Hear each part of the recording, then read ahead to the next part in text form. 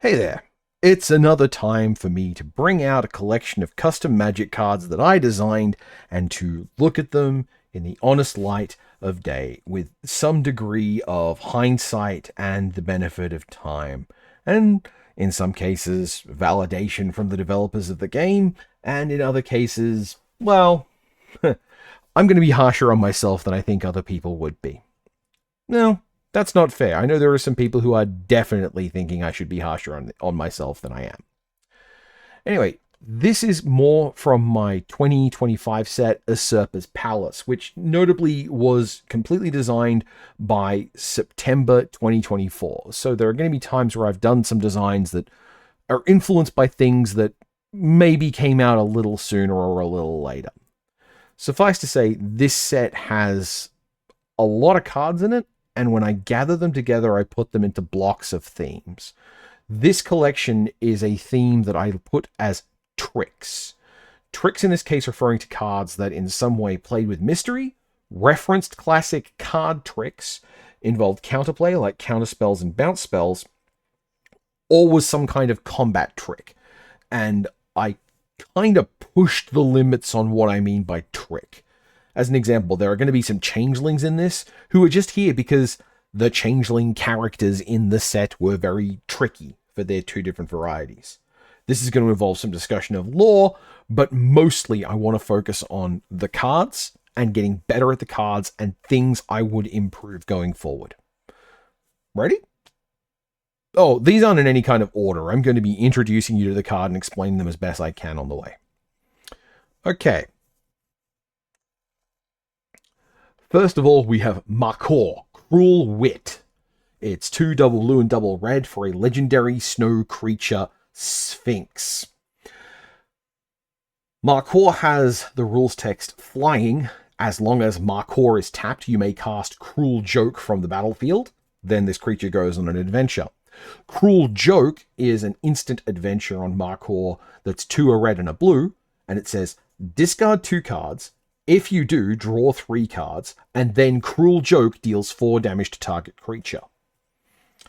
This card was mechanically contentious at the time because it was a design that did something we hadn't seen in an adventure yet, which is casting from a different zone. Right now in Magic, there's no way off the top of my head to cast from the battlefield. Generally speaking, things go from the stack onto the battlefield and never vice versa. I'm sure there is some rules interaction I might not be familiar with that may get you there, but I'm pretty confident for now we don't have that.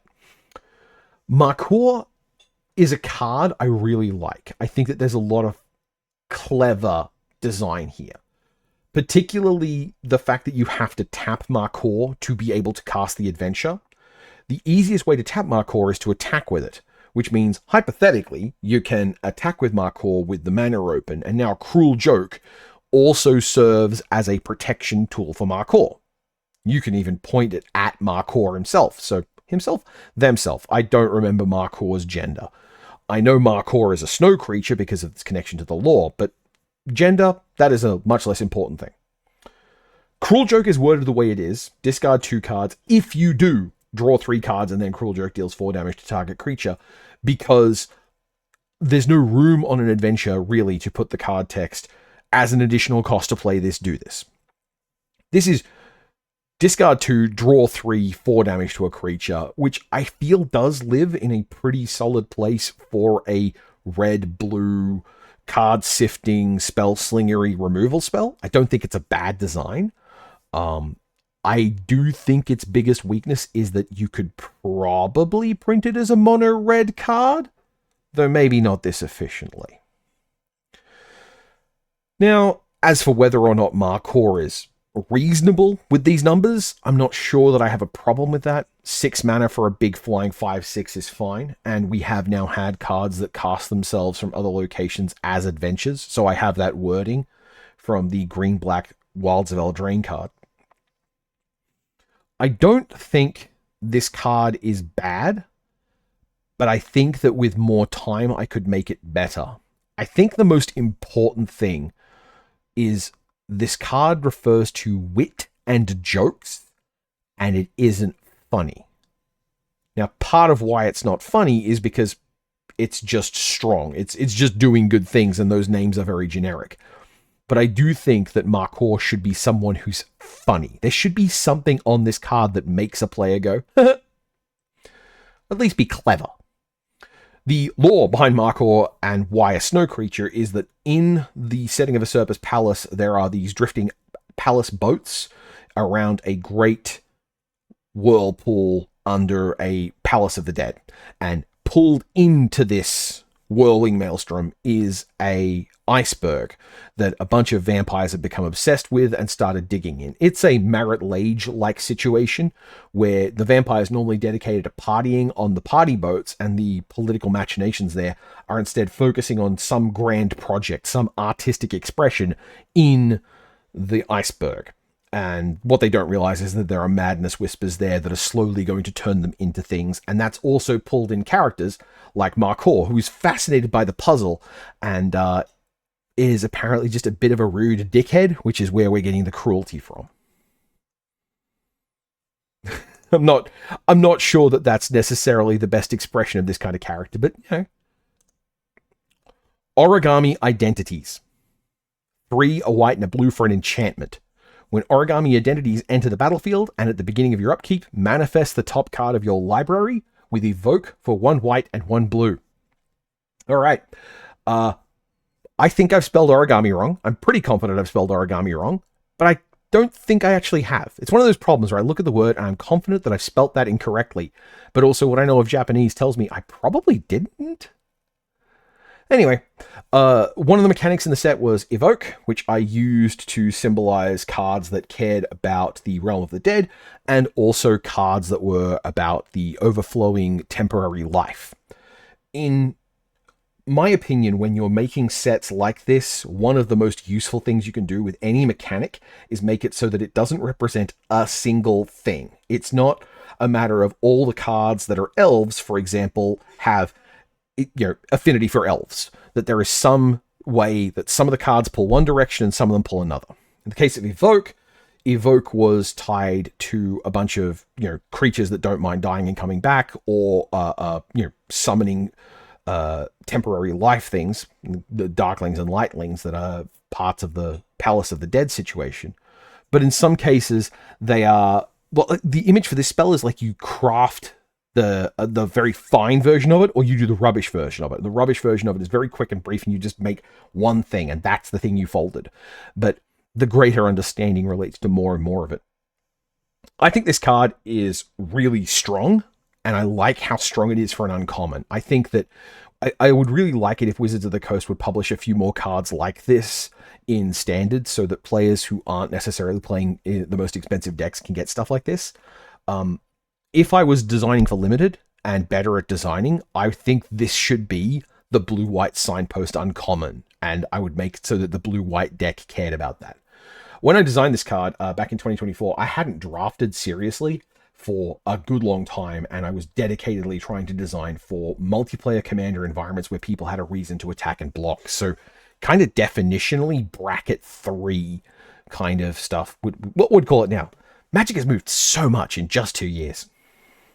Anyway, I like this card. I think I did a good job with this card. I would recommend trying it out. Quinn, Omnimancer. Blue and a red for a legendary creature. Shapeshifter Noble.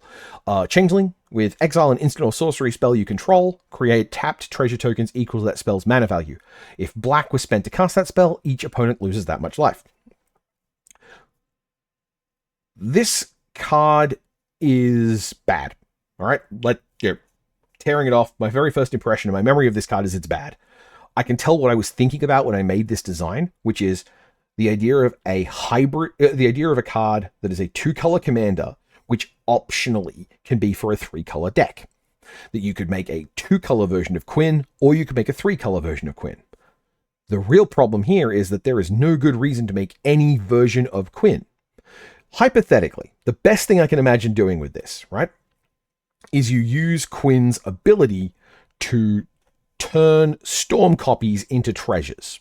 Even just 1 or 2 will mean that a mediocre storm turn on one turn can turn into an enormous storm turn on the next. The problem is that that's not a thing that needs help. Storm isn't a thing that needs help in Commander play. It's already a pretty strong strategy, and there's already a lot of good cards that benefit it, both high power and low power. This also doesn't tell you anything about the character. They're called an Omnimancer. That would mean magic of everything. And I cannot for the life of you, like I'm threatening you, I cannot for the life of me work out what this character is and is doing. And that's pretty notable because I wrote this lore, and I did make lore mindfully, and I cannot remember anything about this character. I have a suspicion as well that this character was designed, and then the art was found, and then the creature was adjusted. I think it's possible that this only just got in the set the way it is because I had art of a person wearing a mask, and it lacked the normal creepy, weird elements I had for changelings. This is a really important kind of design to reflect on, where nothing about this card fails to work. This card is completely functional, but the card isn't exciting or interesting or cool. This is a mediocre card, which is one of the worst things to wind up designing, and we'll get to more. Regarding so-called crimes, a blue and a black for a saga with 3 chapters that are the same. Put a bounty counter on target creature. And then chapter 4, destroy each creature with a bounty counter on it. Draw that many cards. I like this design. I think that this is a good, clever use of all the parts. It's probably too slow to be good. And ironically, it's simple and elegant enough that I kind of think I'd want it as an uncommon. Any removal spell that can turn into 4 killed things is obviously going to be powerful and probably shouldn't be available at uncommon for limited purposes. But if on my turn I cast this and I put a bounty counter on one of your creatures, what I've done until this saga pops off is I have given you a creature that you don't care if it dies. It is a creature you can plan around getting rid of. It is a creature you can throw into combat recklessly. It's a creature you can block with. It has very much changed the value of that card. There are other interactions with bounty tokens that didn't exist when this was designed. I believe the Craven card from the Spider-Man set does something with them. But yeah, I like this card. I think that there should be ways to use it, but I also don't think this card is powerful at rare. I think it's a clean rare, which I do like a lot. And I guess it does draw you an absolute montload of cards if it fires off. So there's that very desirable fantasy of what if I get 4 creatures with this thing? In my expectations, you will get 1 or none with this thing. But on the way, you will annoy a lot of people. So maybe it's not so bad. Mask of Naught, 4 for an artifact equipment. Equipped creature gets +3/+1, attacks each turn if able, and has, when this creature dies, manifest the top card of your library. Equip 4. Common. I remember being at war with myself over this card. In the design file, I needed a colorless creature. I got this artwork, I'm pretty confident, and I imagine the idea that the mask is the equipment and it gets you a creature. Being a mask, it ties into the trickery themes, the changeling themes. So, hypothetically, this could be a design for a creature card, for effectively a creature card in the set that wasn't an actual creature card. Once you have a creature, this will keep you giving you creatures to stick onto it, and it turns those creatures into juggernauts, hence Mask of Naught. Which I think I started on that thread because of Phyrexian Dreadnought as a way to think about these things. I don't think this card is worth it to actually play with, and I think it's too wordy. I've changed a lot on some things when it comes to cards and mechanics, and I do think that by default I should be designing cards that can have flavor text, and I remember fighting so hard to try and find some way to word all of its abilities that meant that I still got a Juggernaut and I didn't get a card that overdid the wordiness limit. I think this is an example of I should have just cut bait. I should have accepted that this card can't be done on this frame and it needs to be done in a different way. And it just feels like it's too much for an uncommon.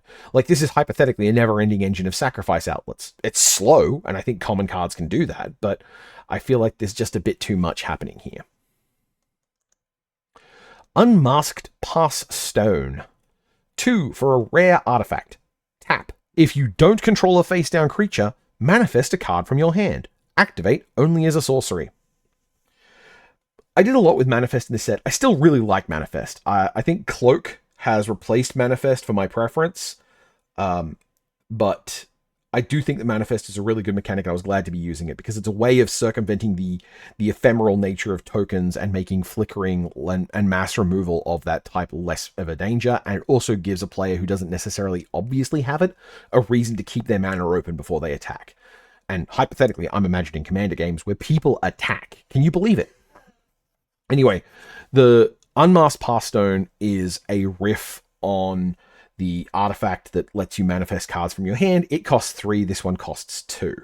That one can let you do repeatedly. This one can only let you do 1 at a time. Like, you can't use this if you already have another face-down creature. As a combo card in Legacy, this would probably be just as good as the other one. Maybe better for enabling Phyrexian Dreadnought, but I don't even know if that's a thing right now. The fact that it's got these restrictions on it doesn't make sense. The flavor of it doesn't really work for me. And notably, I think I really dropped the ball on what this is meant to be, because it's the Unmasked Pass Stone. Masked, as in Masque, is a faction representing the changelings working for the Vampire Empire, who have given up their names. They've destroyed their names and in the process become something more than just vampires. They're very much the conniving spies and backstabbing sorts, and have wound up in their own conspiracy unrelated to the people who they are technically working for. But this would hypothetically be a pass stone that relates to the people who aren't members of that faction. This is one of the reasons why flavor is so important, and one of the things that makes my lack of skill in flavor so evident in my mind. This card should be better explained by either its name or its flavor text, or even just its mechanics. This is a powerful card. I don't think it's a good card. Palm and Ace. 4 and a red, Undaunted. This spell costs 1 less to cast for each opponent. It's a sorcery with exile your hand and the top card of your library. You may cast those spells as long as they remain exiled. Spells cast this way cost 1 less to cast. It's a rare. So this card, I think, is based on an alchemy card. I had a thing where I would look at alchemy cards and ask myself, how could I design that in paper? The effect of, perpetually decreasing the mana value of the cards in your hand by 1, that's probably what that is. As far as overall effect goes, this is draw a card, and every card you currently hold costs less, which, not for nothing, I think that goes to Storm again. I don't want to be sitting here complaining about tools I've designed for archetypes I don't like, but I don't think Storm needs much help. The effect is nice. I would actually, I think now, make it an enchantment, so that when it enters the battlefield, it has like reminder text for what it is. But I also think I designed that card in the next set that ran through, gosh, I can't remember the year. This is 2023, so it would have been my 2025 set, I think. I'll have to check my timeline. Concerning the Masked. 3, a red and a blue for a saga. Chapter 1, for each player, put a mask counter on a creature they control. Those creatures are all creature types. Chapter 2, target drunkard creature you don't control fights target creature controlled by a different player. Chapter 3, if you control more saint creatures than any other player, gain control of all saint creatures. Now this is some tension, and bonus, this shouldn't be an uncommon. This is doing a lot. It should be rare, and if the problem is that it's an unexciting rare, it should cost less. The first entry, it puts a mask counter on creatures and makes them all creature types. I understand for layering reasons this is not how the game handles this kind of information, and it might be that this card needs to have a very ugly kind of this card permanently gains blah kind of text on it. But I like the idea that it makes some changelings, Then it picks out a drunkard, a creature type that I don't think exists yet, makes that creature fight, and then grabs a saint, and I think saints do exist, and pulls them all to you. It's effectively a way of getting someone's creature to fight something, and then stealing a couple of creatures from every player. This strikes me as really fun. I think this is a really cool story, and it plays into the idea of the changelings manipulating identities and taking on people who are themselves untrustworthy. And like, you know, you might find out this character of yours was always a changeling, and that's really cool. I think that's neat. But if you look at the font size, it's already too small. I feel like this might be a case for a modal double-faced saga. Well, maybe just a transforming saga where the first chapter is effectively the night of drunken revelry, and it confuses everyone, and then it flips over and becomes the secrets things done during the party. That might be a better way to handle this kind of effect. Faceless's Awe. 2 and a white for an enchantment aura. Enchant creature. Enchanted creature can't attack or block and is every creature type. 3 and double white. Exile enchanted creature, then manifest it. Okay. Now, we get pacifisms all the time. We get pacifisms that have some kind of clause for turning the creature into a nothing in a lot of sets. This is a fairly standard effect. What this one is doing that's most interesting to me is it makes the creature every creature type, and like I can tell you the reason why it's doing that, because this is somehow connected to the Faceless, the second faction of changelings in the setting. The outlands wilderness creatures that are not quite people, that are forming in response to the damage being done to the land. They're creepy, nasty fairies, very Guillermo del Toro kind of stuff. I can tell you that's why this is called Faceless's Awe, and the flavor seems to be this person being confronted by the Faceless. That's cool. That works. I don't get the flavor that's meant to be conveyed by it becoming all creature types while it's stunned in awe, and then losing all of its creature types when it gets manifested. Those things don't seem to work in context. The point behind the manifest is that it's you know, it gets rid of the creature and it gives it back to you as a manifest, and if you have the right colors of mana, you can flip it up, but if you don't, oh well, it's a 2/2 and you've deprived an opponent of something in their graveyard. I think that works fine. I think that's a cool effect, but I think the flavor and this art and that mechanical effect don't overlap well enough, and I would want to have a better explanation for, like, if this is meant to represent an important story event, why is this the point where someone loses everything of who they are? Darkling Hitter. 4 double black for an enchantment creature, Spirit Rogue. When Darkling Hitter enters the battlefield, each opponent discards a card at random from each double black spent to cast it. Evoke double black. Flavor text: each Darkling discovers a new end. And it's a 6/4. Okay, so I love the Darklings. I think that the Darklings, Lightlings, and Brightlings are some of the coolest things I made in this set. They're enchantment creatures. They typically are tied to Evoke, but not always, and they represent lives removed from bodies. They're kind of like a not quite ghost, where spirits are necromantic in their nature and there's all tied to death magic. This is unrestrained life magic. And the various different strange actions destroying things in the wilds have led to the Lightlings and the Darklings and whatnot existing. Darklings are craving achievements. They are a need to fulfill that the Lightlings and Brightlings aren't. That's the flavor text here. Each one discovers a new end. The whole point of these is they do something and then they die. When they achieve the thing they want, they usually immediately die. A lot of Darklings would be born out of a dying wish for revenge. So a lot of Darklings are just revenge impulse.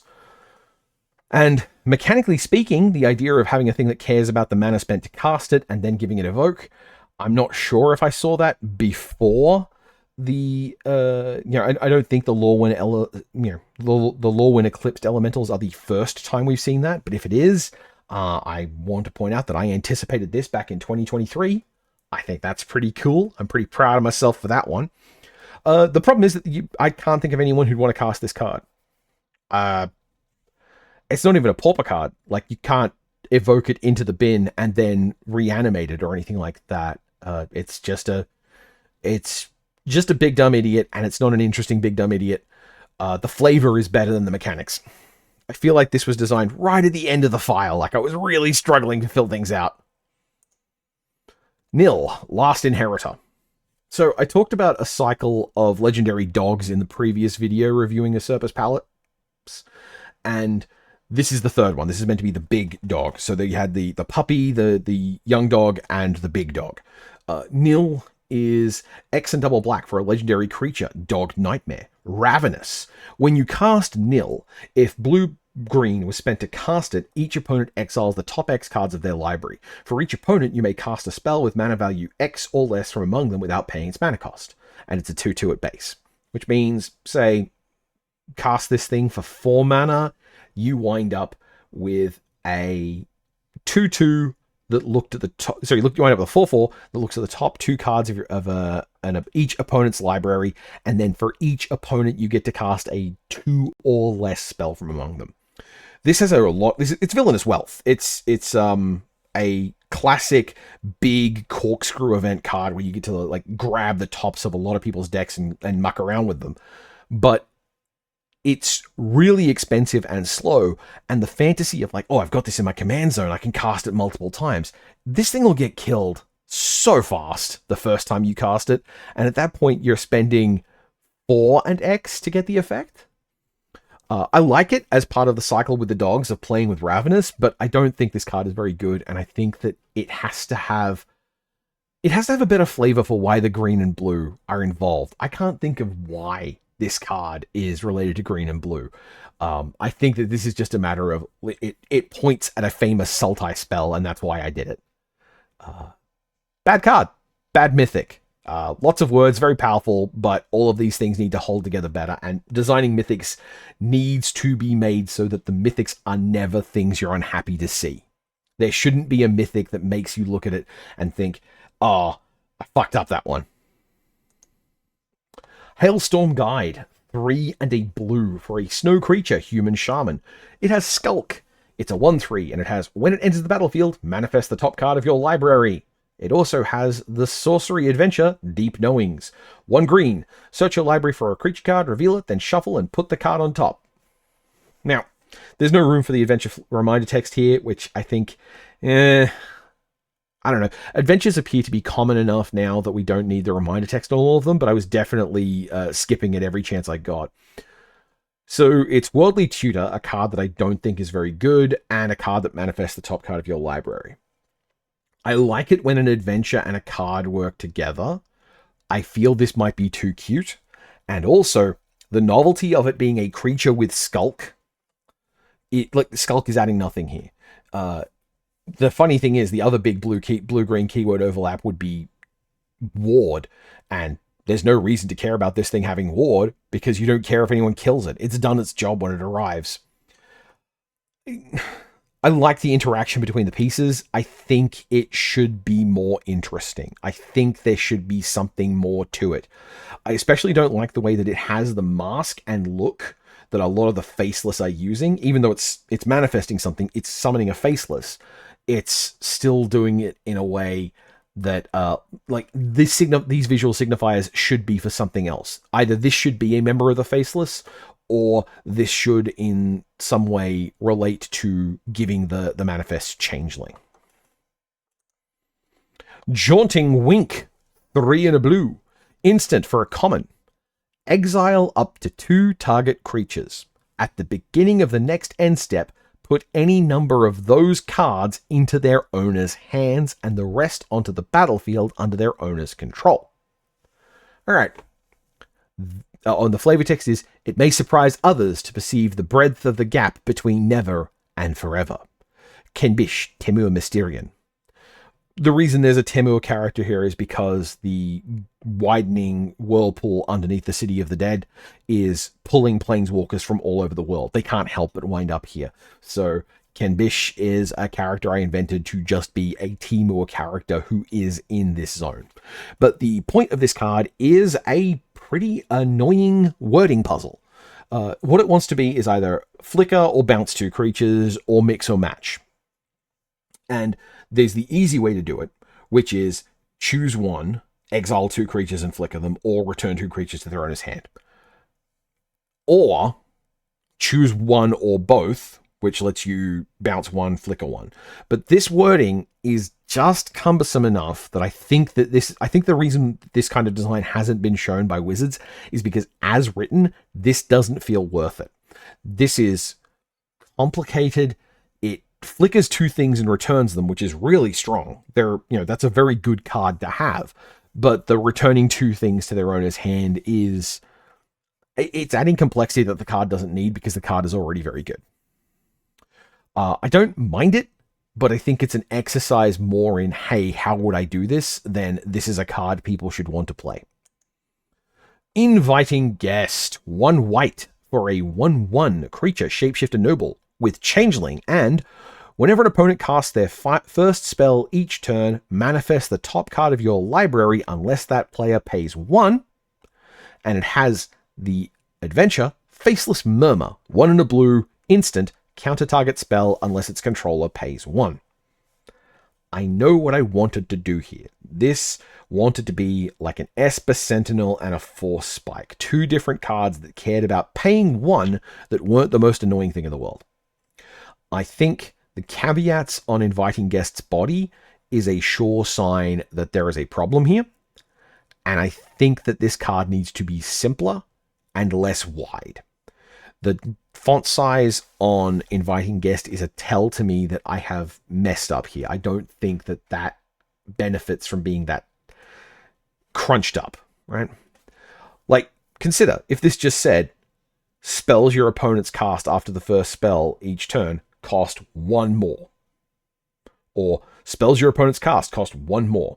Obviously, that's not something you put on a 1/1 for 1, but it's simple and it doesn't require the trigger, the check for the timing, and then unless.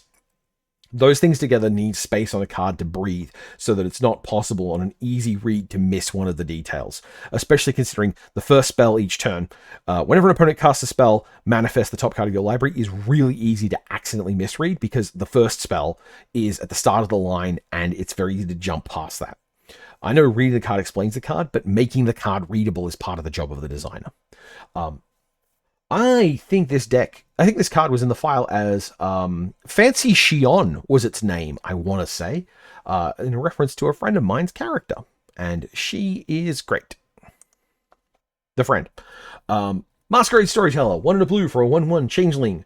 Where it's a creature, shapeshifter fox. When Masquerade Storyteller enters the battlefield, manifest target non-creature card in your graveyard. It's a blue watch wolf. I was kind of curious about the puzzle of could this be done? How hard would it be to do? Blue can have efficient creatures, but they tend to require something of the deck. The usual example is Delver of Secrets, a 3/2 flyer for 1 that requires you to trigger it with an adequately spell-heavy deck. It's a card that a lot of people dislike. I don't dislike it as a designer. I think it's probably fine. I think that giving blue ways to aggressively attack is a good way to keep them from being the culture of just denial.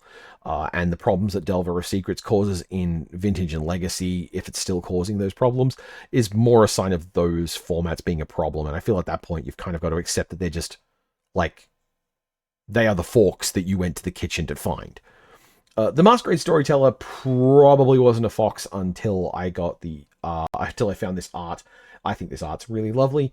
And I find this card easy to be fond of. I think that if this card was real, it would be a pet card of mine because I would be constantly trying to find ways to, for example, any spell that flickers it, the spell will be in the graveyard when it comes back. So you can use it to manifest that card out of your graveyard. And then hypothetically, you could also be using that along with other bounce cards or flicker cards or things that return them to your hand. So the Masquerade Storyteller could be feeding on bounce and flicker spells, and the bounce spells could let you reuse your bounce and flicker spells. That strikes me as pretty cool. It strikes me as interesting. Anyway, there are some cards that might hypothetically be non-creature cards in your graveyard and creature cards when manifested. I don't think that's true, but, you know, there's always room for new things to be printed or something like that. I don't know. Is Grist a non-creature card? How does Grist interact with manifests, I wonder? Falsified Returns, 1 black for a flash enchant creature. And it has enchanted creature gets +1/+1 and has when this creature dies, manifest it. There's a lot of black cards that are 1 mana. When something dies, get it back. I think that manifesting a creature rather than just getting it back is it's an interesting tweak on that formula, because you still have to pay the creature's mana cost once it's on the battlefield, but there are creatures whose enter the battlefield effects you want to avoid, often because they have a terrible enter the battlefield effect and you want them to be cheaper. So, like, you know, that's hypothetically a usable effect. This does also let you steal a creature of your opponent's that's dying. Like, you can cast this onto someone else's creature that's in combat, so that maybe now it trades, killing 2 creatures, and you get the manifest. I don't dislike it. The art does not fit this set at all. It's nakedly Bloodborne art, and I made a Bloodborne inspired set, I think last year. Gosh, it's been such a year. Surely no. Last year might have been the year that I stopped doing daily custom Magic designs. So I think that this card, but this card belongs to that set visually, and I would rather do it that way. Oneric Memory, 1 blue for an instant. As an additional cost to cast this spell, pay 4 and a blue or discard 4 cards. Draw 3 cards, and it's common. How sure we are of what our ancients could remember. Visha, the Grand Speculator. So, this is a card that feels like a designer puzzle. It's 1 blue for a common that just says draw 3 cards, and then you have to work out the rest to make that valid and make that fair. I don't know if blue can have 6 mana draw 6 mana draw 3 cards at common. It feels reasonable in constructed multiplayer, but I would imagine most of the cards that draw you like that are uncommon or more. But still, Oneric, in this case, by the way, refers to dreams, of understanding dreams. And this is a appearance of Visha, the Grand Speculator, one of the characters who I talk about in this collection of tricky cards. This card is pulling a trick on players. It's being like, ooh, surprise, this card says draw 3 cards, and makes you think it's really good, but it's probably not very good. On the other hand, I imagine Blue Dredge would just absolutely love this card, because you're discarding the 4 cards beforehand, so you might have Dredge enablers in your hand that you want to get out. So I feel that in hindsight, like, on the one hand, at the time, I probably said something effective like, I'm not really that bothered about the idea of making Legacy Dredge dangerous, because Legacy Dredge is already a dangerous thing, so, like, you know, it can deal with it being the problem in a different way. That's before it became Oops All Spells, I think. But I do think now in hindsight, just because it feels so obvious in interaction, that if it's meant to do that, it should probably be more obviously interacting with that. It's a bit of a shame, too, because, like, I like how a lot of this fits together. I do really like the simplicity of 1 mana, draw 3 cards, and now here's how I, as a designer, dig myself out of it. But it lives in the same space as the sorcery speed counterspell of look how giant my brain is. This might be a thing that tickles other designers. It might not be a thing that players would want to play with. Tideweaver Multiplist, 2 and a blue for a 1/3 snow creature, human spider artificer. Whenever 1 or more non-token creatures you control and own deal combat damage to an opponent, exile up to 1 of those creatures. As long as it remains exiled, you may cast it. Creatures cast this way have, when you cast this spell, copy it. This is an alchemy card. This is straight up. I think if I went looking, I could find the actual alchemy card this one's based on. Flavor-wise, it's a snow creature. It's part of the iceberg people. It's one of those signs that, like, digging into the iceberg is changing people. It's doing weird stuff to them. This character is a spider artificer. They are weaving tides. And it's a multiplist. It's making more of stuff. But also, I think that name is really bad. I feel like there's a particular way of naming things, especially on Magic cards, which is Thing Doer or Mood Thing Doer, which it's not a bad place to be. It's certainly a workhorse way to design cards, but your name is another place where you get to explain what the card is doing. And in this case, yes, this card is explaining that the card is multiplying things, but not how or why that relates to them being a spider. There's no manipulative effect here. There's no trips. There's no tricks. There's no binding. There's no weaving. It's just, I had art of a spider and it appears to be in a cold location. So that's what I did. I think that this card is slightly uninspired. Definitely good. I think that this is a card that I could have a lot of fun playing with, especially because like it multiplies what you've got, but it has a cap on it. The tokens can't fuel more of this design, but you might be like me and immediately think I should scryfall for flying creatures that draw me cards when they enter the battlefield that are cheap, because then this thing is being enabled in a loop. Unctuous Maskling. 1 blue for a creature shapeshifter with Changeling and Skulk. It's a 1/1. It has the adventure Riled Blood, 2 and double red for a sorcery adventurer. At the beginning of the next combat step this turn, all creatures get +2/+0 and gain haste until end of turn. Couple of things. Hands on the table, this is my favorite card of this block. I think that this chunk of 31 cards, this is the best one. I think that the art works with the vibe. I think that the base creature looks like this art, and I think the puzzle of what it's doing makes sense with the sorcery.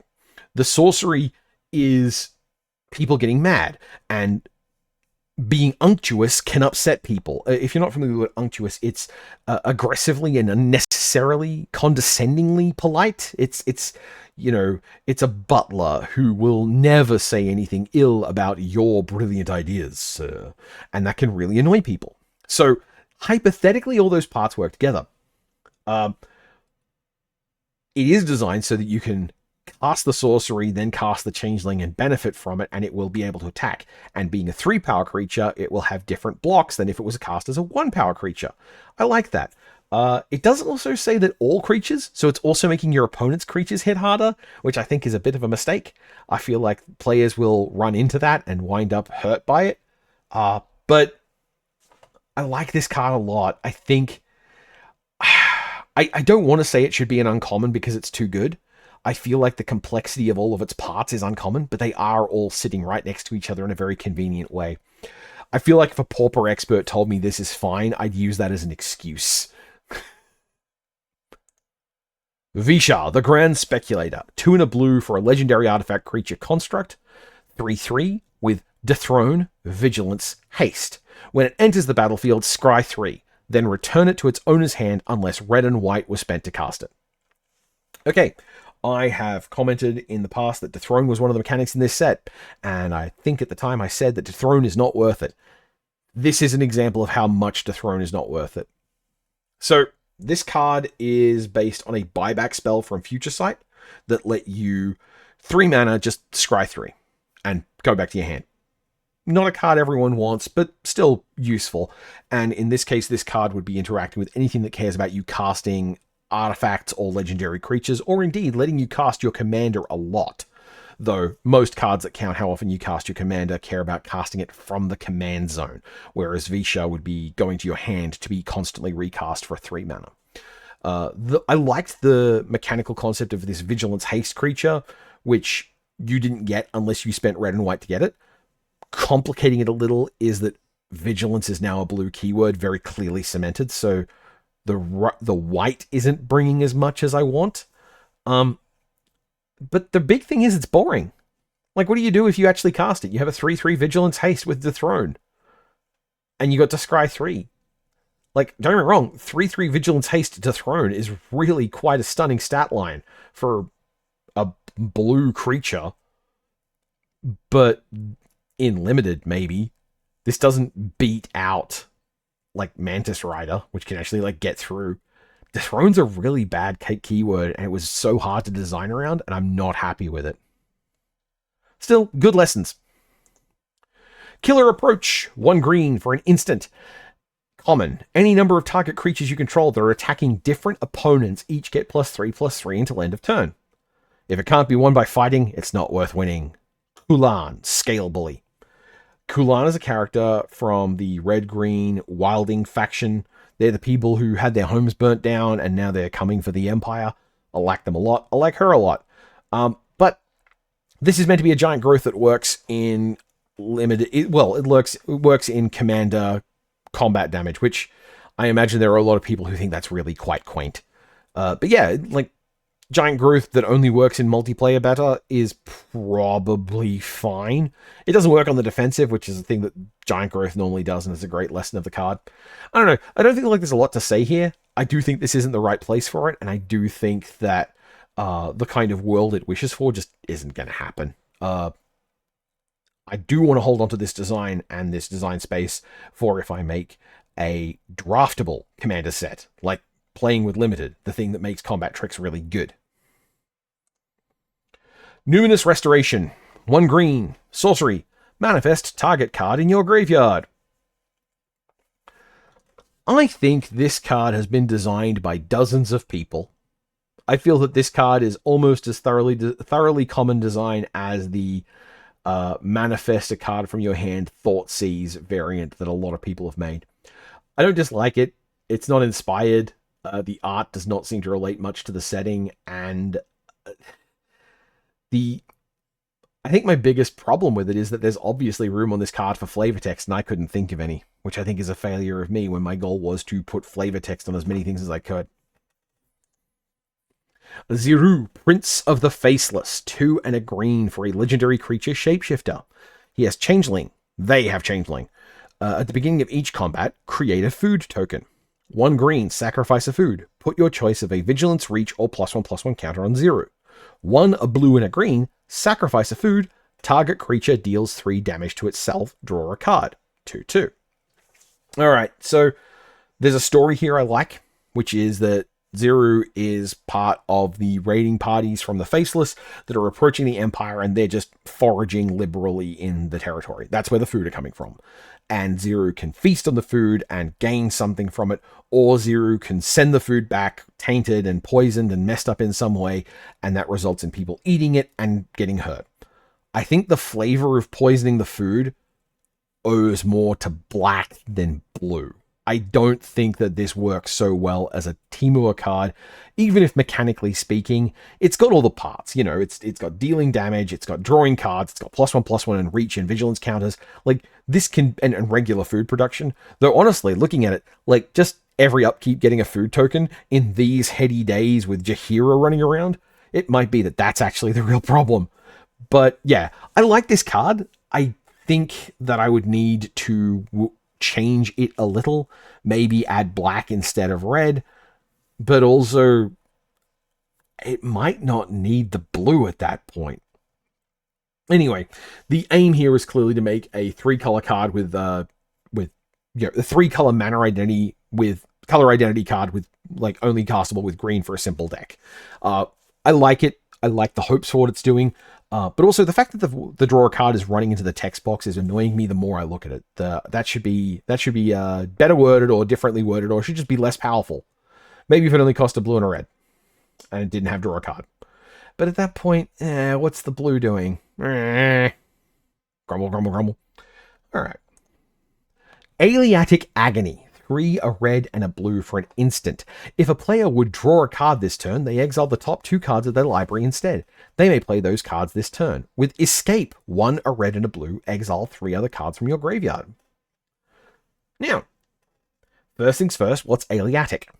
Aliatic is a term from the work of Roger Calois, an academic in games studies from France in the 1950s. He was a big weirdo. He did not like clowns.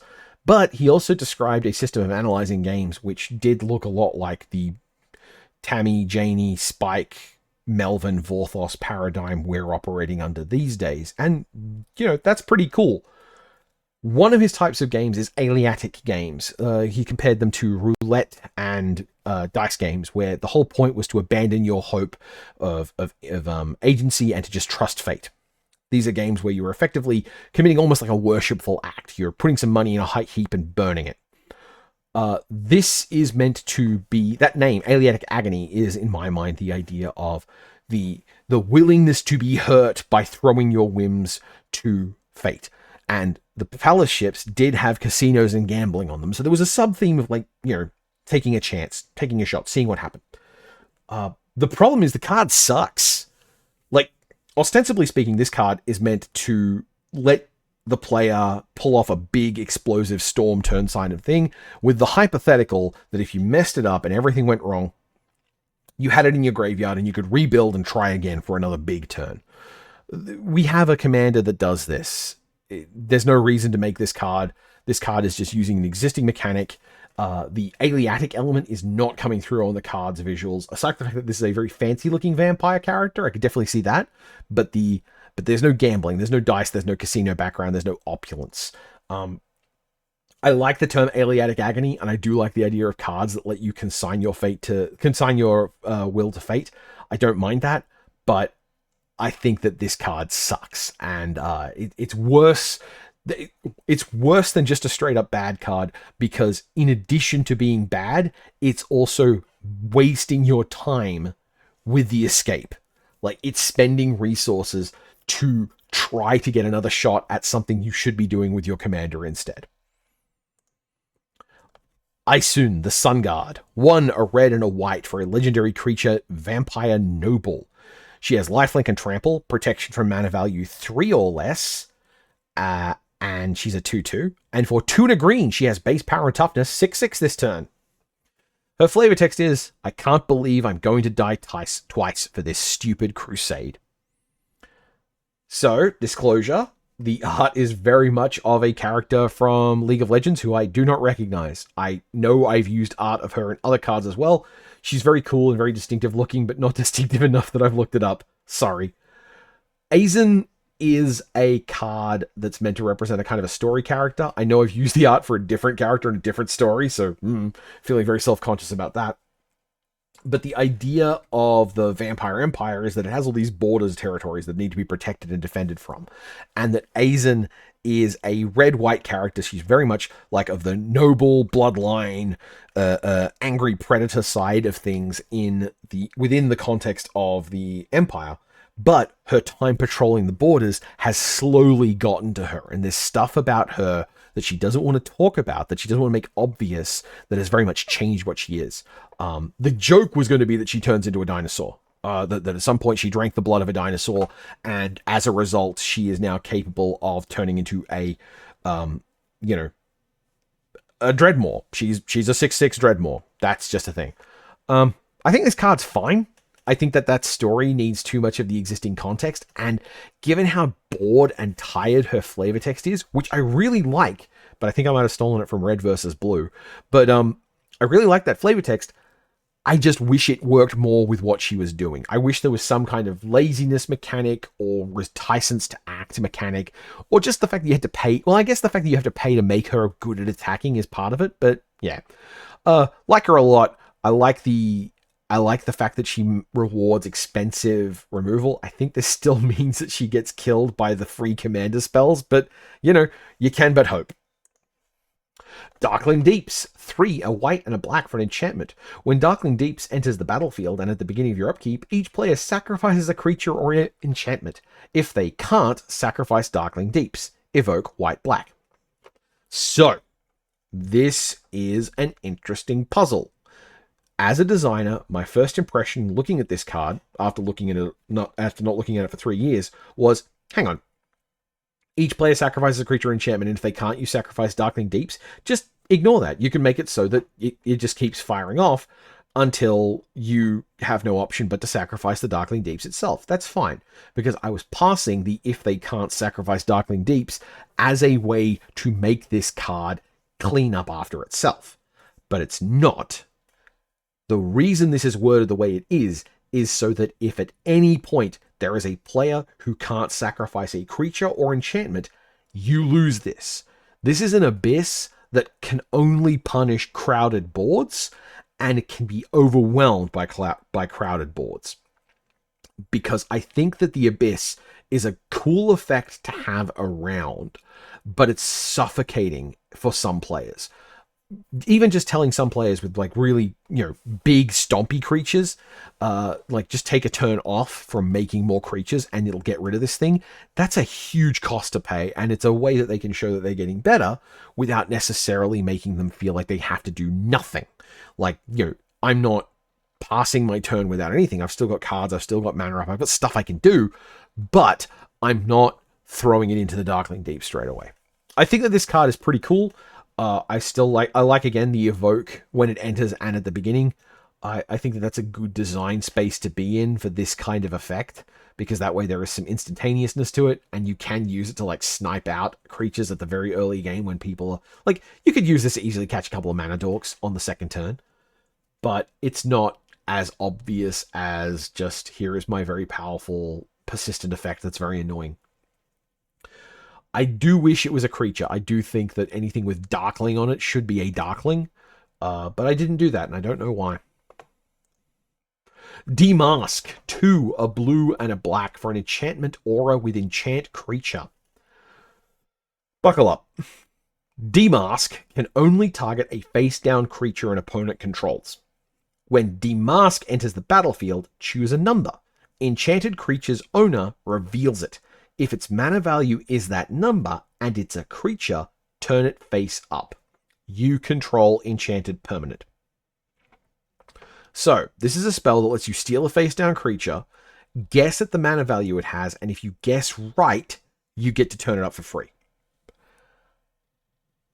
That's a lot of hoops to jump through. For the most part, this will just be a mind control for 4 mana, which, like, that's very good, but it can only steal face-down creatures, so it's not going to be stealing anything particularly amazing. It creates an interesting game. You can use it with cards that give your opponents manifests or manifest dreads. I think that's pretty interesting. And the wording on this card was a real labor of effort. Like, I was really working hard to make all the parts of this card work. Particularly, one of the things you can tell is that the name is very short. That indicates that I was trying very hard to make sure that I had all the space I could for the wording. The irony is that now I think it could be more easily worded with, when this enters the battlefield, guess the enchanted creature's mana value. Its owner reveals it and turns it face up if you guessed right. I think you can just say guessed now. But yeah, it's a novel card. I like it a lot. I don't think it's very good. I don't think there's a place for it.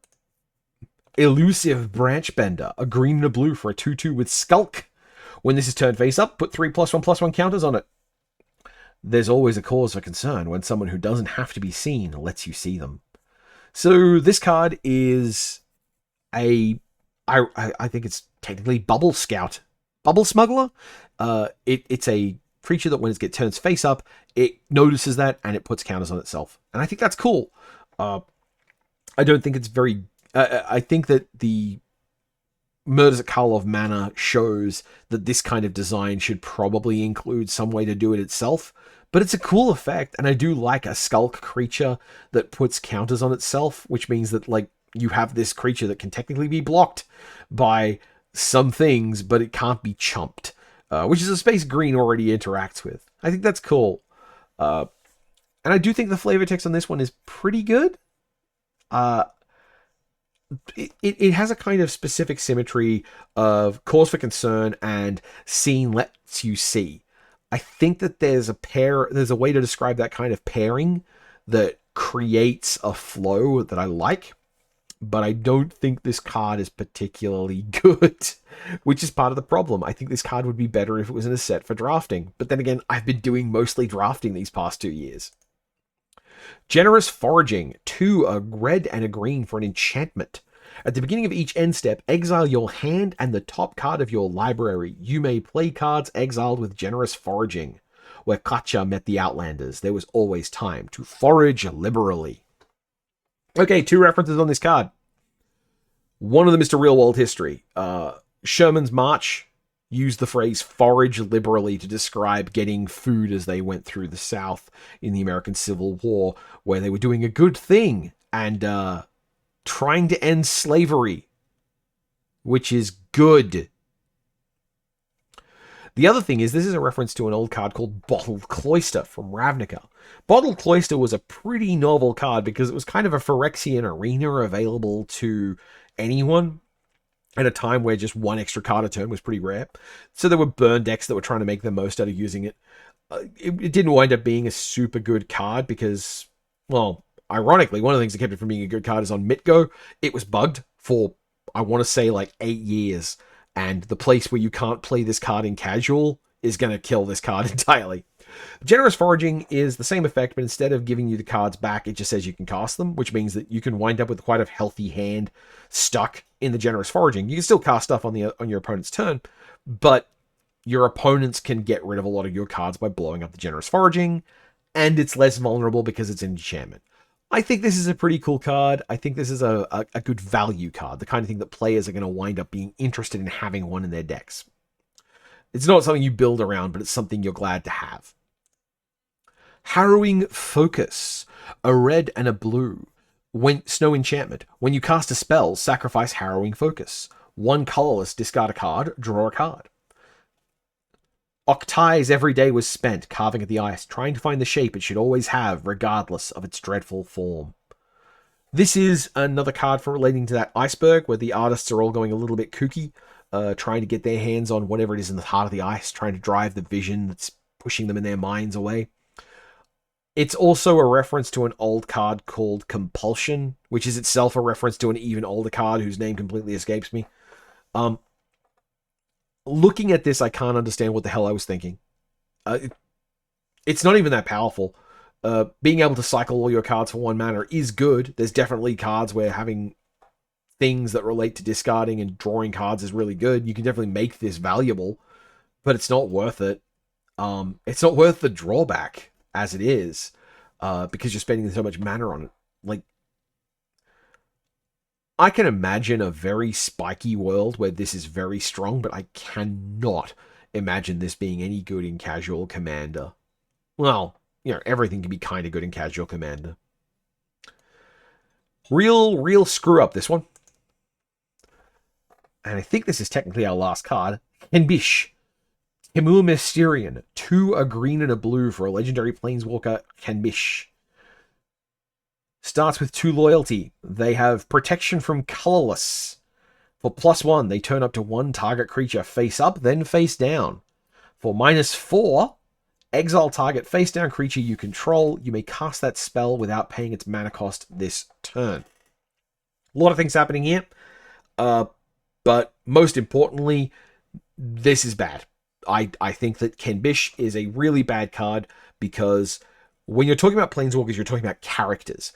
And while Kenbish appears on some cards as flavor text, the vibe of there is this planeswalker who somehow cares a lot about colorless magic from Timur, when that does have some connection to Ugin, where you have the colorless mage there and the face downs and the morphs. There's the touches of that, but they don't look like it. They're not coming through with it, and they're green-blue instead of green-red-blue, so the Timur part of them founders. If nothing else, I could put something in the abilities that adds red mana or cares about mountains, just something to add a little bit of extra Timurness to the character. The +1 is, I think it's an interesting solve to a problem, because what it wants to do is it wants to turn a creature into a face-down creature. But then if you have face-down creatures, what if you want to do something with those? So it lets you, originally it was like turn a creature face up or face down. And I realized that it's actually like much better for it to just turn it face up and then turn it face down. So you can turn it face up again on the next turn. That increases loyalty and gives a blocker. It can also be used aggressively to turn something of your opponent's face down, which both makes it a worse creature, but also makes it so that it can't hurt Kenbish, which is kind of cool. But overall, this is just a list of things you want in a morph deck without a strong flavor to hold it together. And, like, what's a Mysterian? The Timur don't use Latin words like that. That should be something more appropriate, especially since I went out of the way to get a Mongolian name. And I believe with that loops us back around to Markor. It does. All right. Well, I hope you can see an example of reflection. I hope that if you are one of the people who used to comment on these cards when I was posting them on Reddit, that you can now enjoy being right about things. Chances are you were right about some things. But I hope that this kind of reflection is interesting to observe, and I hope that some of these cards are giving you ideas, and some of these principles have been useful for you in designing your own cards. I think the big one I would take away is cards need to be telling a story. They need to be doing something to make them worth engaging with. And that includes names. Names are hard, and especially in this era of generative tools being used for the cards that we're dealing with, there are going to be a lot of cards with extremely sloppy names. So good names that convey good ideas and tell that narrative are going to be so, so very valuable. Anyway, I hope this has been fun for you. I look forward to doing this again. I'm really enjoying this kind of reflective practice, and I hope to see you all soon.